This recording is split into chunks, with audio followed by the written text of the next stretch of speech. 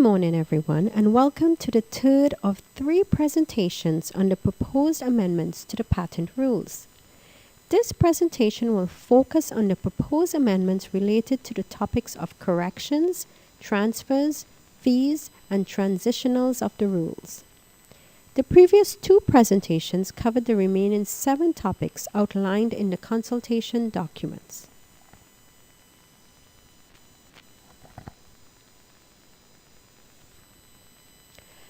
As part of the Canadian Intellectual Property Office's or CIPO's core vision to enhance innovation and contribute to economic success in Canada, we are committed to improving the quality of our products and services. In order to ensure that these proposed amendments to the regulations address our clients' needs, the Canadian Intellectual Property Office is undertaking an online consultation process from August 1st to September 8, 2017. In addition to these presentations, 11 detailed discussion documents on the proposed amendments and a draft of the proposed rules are available on the CIPO website. Your feedback, comments, and suggestions on the impact of these proposed changes are an important step to this process and will help support the implementation of the proposed amended rules.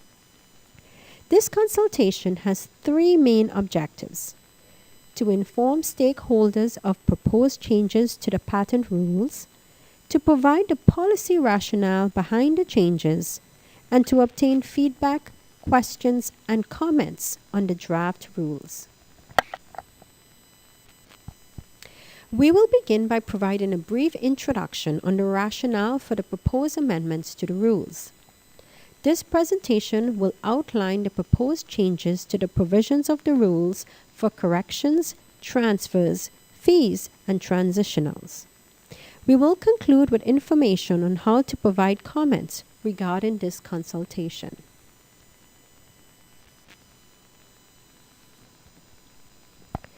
These changes stem from the government's initiative to modernize Canada's intellectual property or IP framework.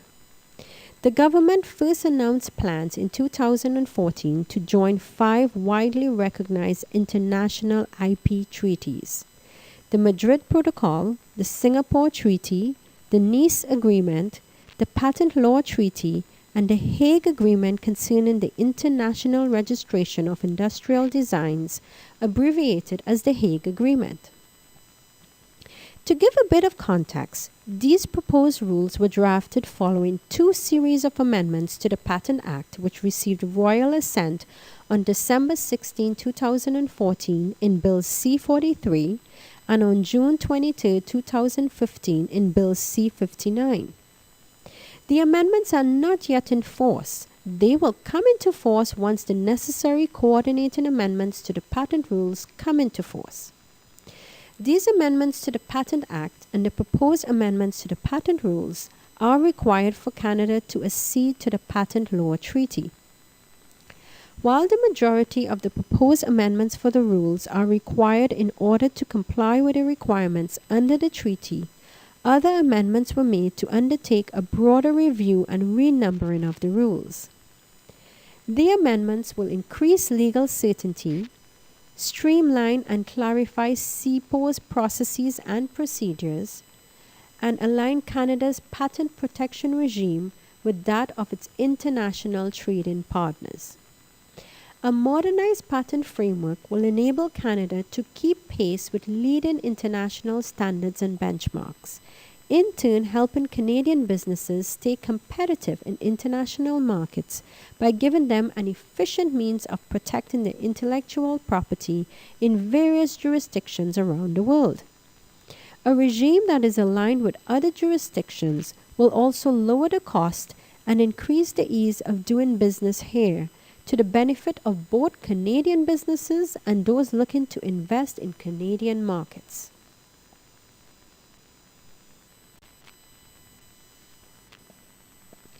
The Patent Law Treaty, abbreviated as PLT, was concluded in June 2000 with an aim to harmonize and streamline the administrative procedures for patent applications and patents.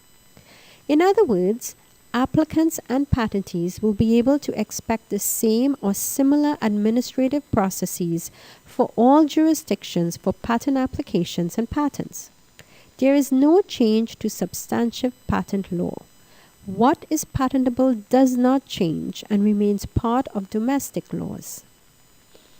At present, the Patent Law Treaty has 39 contracting states, while 59 states and the European Patent Organization have signed but not yet ratified the treaty. Canada signed in 2001 and in 2014 noted its intent to ratify the PLT by making the necessary amendments to the Act. Once the corresponding amendments are made to the patent rules, Canada will ratify the PLT.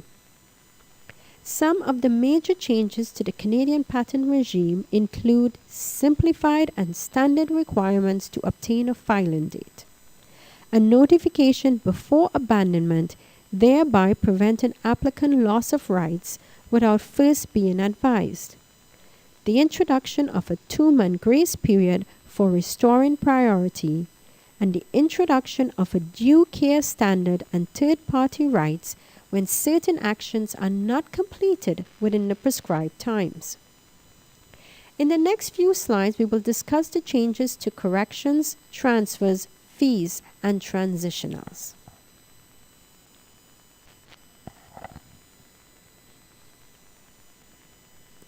From time to time, a patent application or patent can contain errors due to an oversight by the applicant or patentee or the patent office.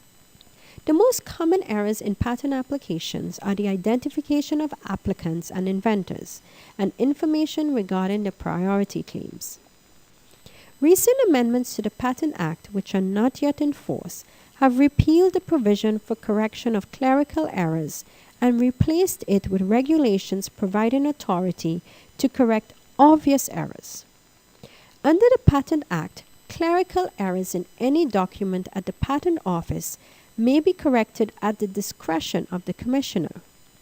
A clerical error is narrowly defined by the courts as an error that has arisen out of the mechanical process of writing or transcribing. Errors that fall outside of this definition cannot be corrected by the Commissioner. The correction of clerical errors originating from the patentee or applicant requires payment of a fee, while no fee is levied for clerical errors originating from the Patent Office.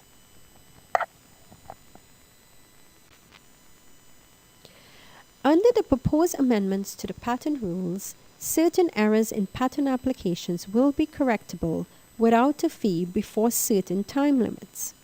The provisions are more specific about what corrections can be made and when they can be made. Applicant identity.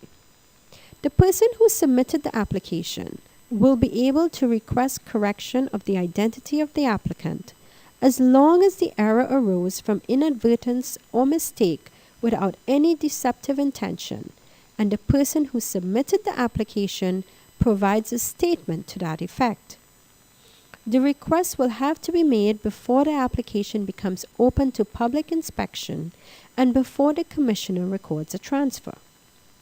In other words, if your neighbor filed the application on your behalf and misidentified you as the applicant, then your neighbor could make a request to correct the identity of the applicant, yourself, if done before the application is open to the public and before a transfer is recorded.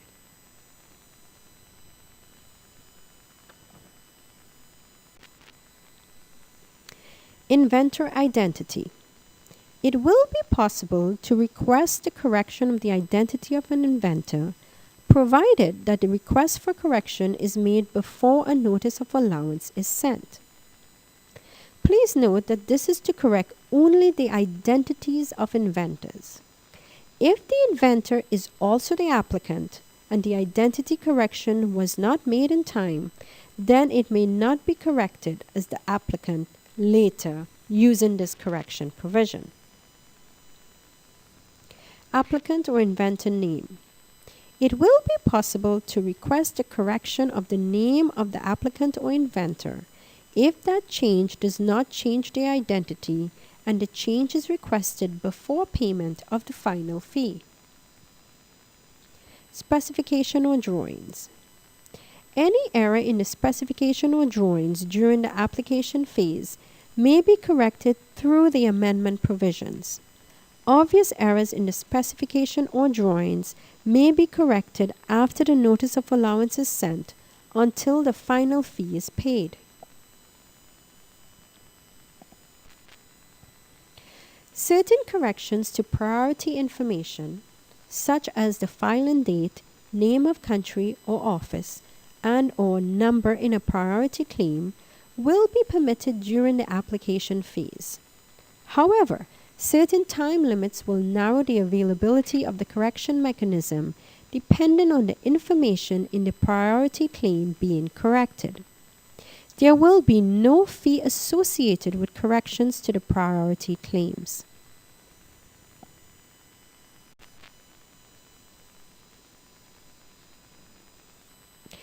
If the patent application has not yet been open to public inspection, then it may be possible to request the correction of an error in the filing date of the priority application, if that request is made before the earlier of the uncorrected date and the corrected date on which the application would be open to public inspection.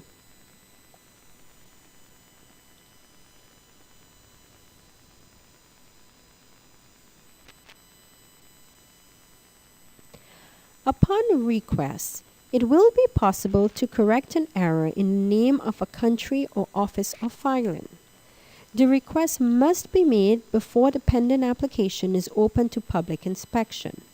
It will also be possible to make the correction after the pending application is open to public inspection and before the final fee is paid, if it would have been obvious from documents in the patent office that the name of another country or office of filing was intended.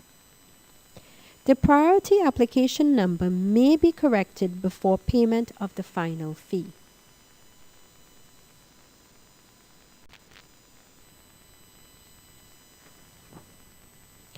The Patent Office may correct errors made by the Commissioner in the patent, specification or drawings referenced in the patent within 6 months after the issue of the patent.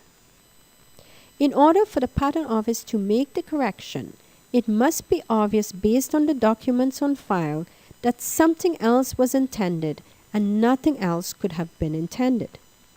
This section is intended for the Office to correct errors it has made in issued patents for a limited period of time following the patent's issue. No fee is required for obvious errors made by the Commissioner. These corrections may only be made within 6 months after issue. Therefore, patentees will be encouraged to identify and communicate any office errors in their issued patent as soon as possible after grant to allow sufficient time for the Patent Office to make the correction.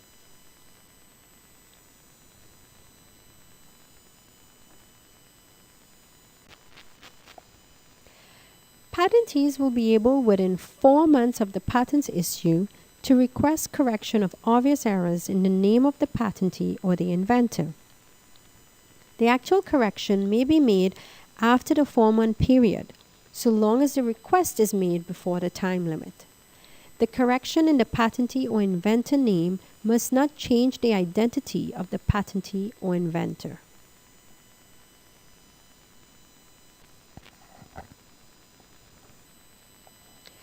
Patentees will be able, within 4 months of the patent's issue, to request correction of obvious errors in the specification or drawings if it would have been obvious to a person skilled in the art that something else was intended than what appears, and nothing else could have been intended other than the correction. The actual correction may be made after the 4-month period, so long as the request is made before the time limit.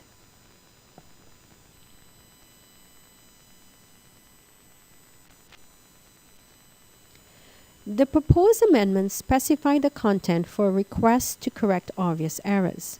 No content is specified for requests to correct office errors.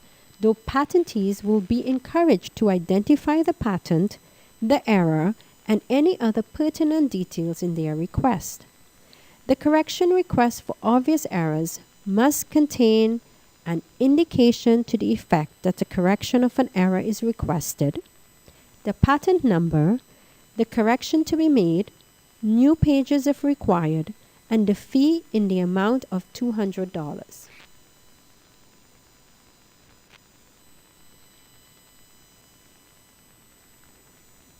If the patentee does not comply with the formal requirements and/or pay the fee, the Commissioner will send a notice requesting that the patentee submit the required information and/or fee within 3 months of the notice.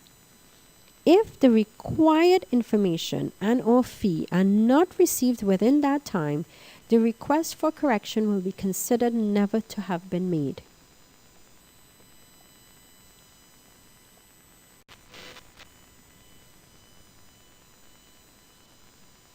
Patent applications and patents are intellectual property that can be sold, licensed, or used to negotiate financing.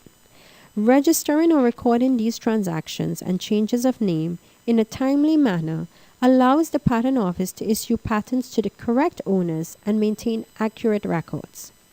It is not mandatory for applicants or patentees to register an assignment or transfer or a change of name. However, the Office recommends it so that we grant the patent to the current owners of the patent rights. Registering an assignment or transfer or changes of name after a patent has been issued ensures that the Patent Office's records are up to date for third parties to easily recognize who owns the rights to the invention. The current Patent Act and rules accounts for these transitions and provides the authority for the Patent Office to register an assignment, register a change of name, and register any document relating to a patent or application. Under the current Patent Act and rules, the process of registering an assignment or a change of name document with the Patent Office can be onerous. In order to register an assignment, the applicant or patentee must request the registration of the assignment, provide a copy of the assignment document along with an affidavit or other proof that the assignment has been signed and executed. Registering a change of name is also onerous. The applicant or patentee must request registration of the change of name document and provide proof in the form of an affidavit, statutory declaration, or a copy of the change of name document to show that the change of name has occurred. It is also possible to register documents relating to a patent application or a patent on a file upon request. Each registration, that is an assignment, change of name, or document, requires payment of the $100 fee.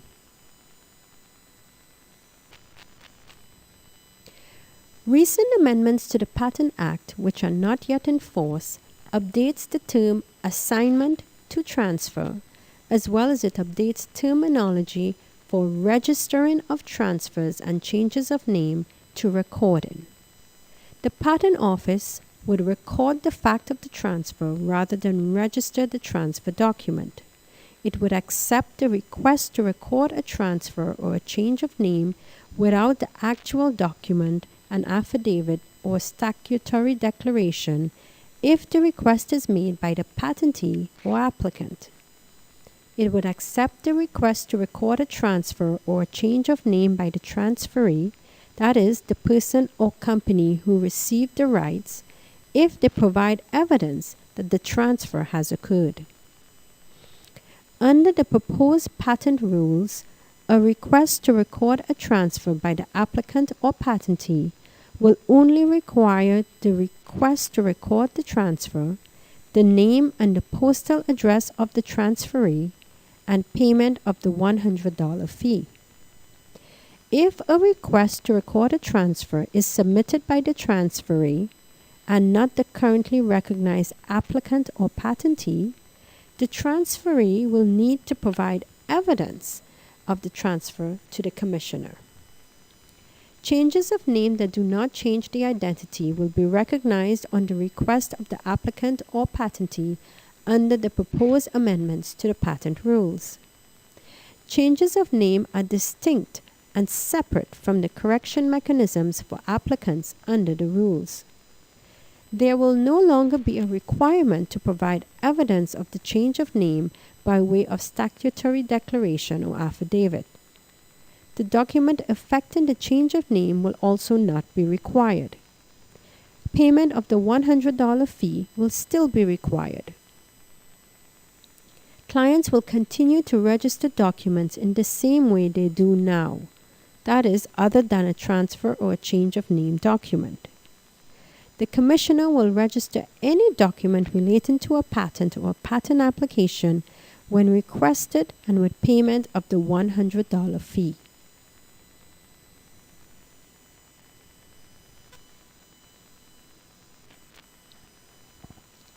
Various fees must be paid at different times during the patent application process, leading up to and after the issue of a patent. The Canadian Intellectual Property Office funds its operation according to the cost recovery principle for patent application services. The proposed patent rules do not change the amount of the current fees. The proposed regulatory amendments maintain the same regime for refunds. That is, this is a fee that may be refunded, and the refund is requested within 3 years after payment of the fee. It will also be possible to obtain a refund of the fee for correction of an error or the fee for reissuing a patent if the origin of the error or the insufficiency is the Commissioner's fault. The Office's intention is to refund these respective fees automatically without a request by the patent holder when the correction or reissue is completed. The current legislative regime does not contain a late fee. The proposed new regime proposes a late fee of $150. This will be applied when a payment and/or an action is not completed within the prescribed time limits. The $200 completion fee will be eliminated from the new rules. Please see the consultation document on fees as well as the schedule in the proposed rules for the complete list of fees.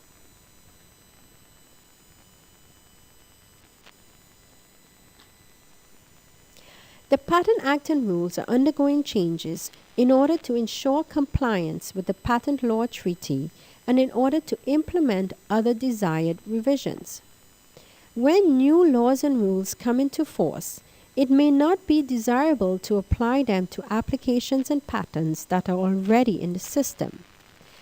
Doing so could cause confusion, undue hardship, and administrative burdens for the office and applicants to ensure these applications and patents comply with the new laws and rules. To ensure a smooth and logical transition from an earlier Patent Act and rules to a new Patent Act and rules, transitional provisions are included in the Patent Act and rules. Where it is not desired to apply particular provisions in the new Patent Act and rules to specific applications or patents, transitional provisions are used to inform that those particular provisions do not apply and to provide the laws and rules that will apply. In this way, transitional provisions may serve to extend the application of provisions in a previous Patent Act and rules where it makes sense to do so.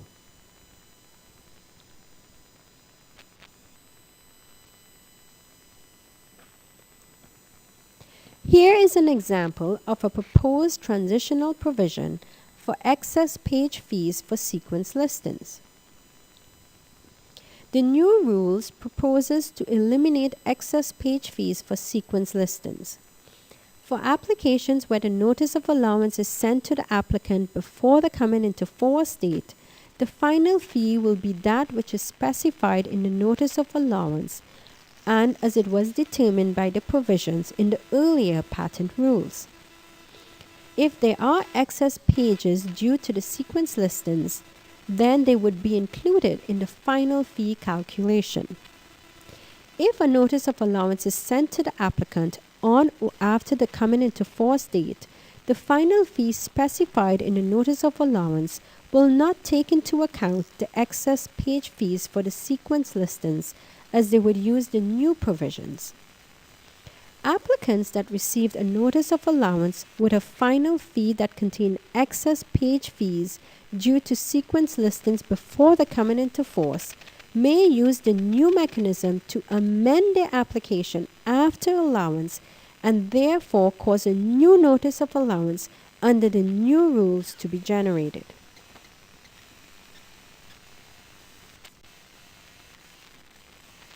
At the end of the consultation period, comments and submissions received will be reviewed. Stakeholders will have another opportunity to provide comments when the draft regulations are published in Canada Gazette 1. During this stage, the public will have 30 days to provide input and comments. The proposed regulations will then be presented to Cabinet for final approval. If approved, the rules will be published in the Canada Gazette 2 with a coming into force date of the Act and regulations. As the proposed rules advance over the coming months, we will continue to engage stakeholders, for example, on the development of office practices and the Manual of Patent Office Practice.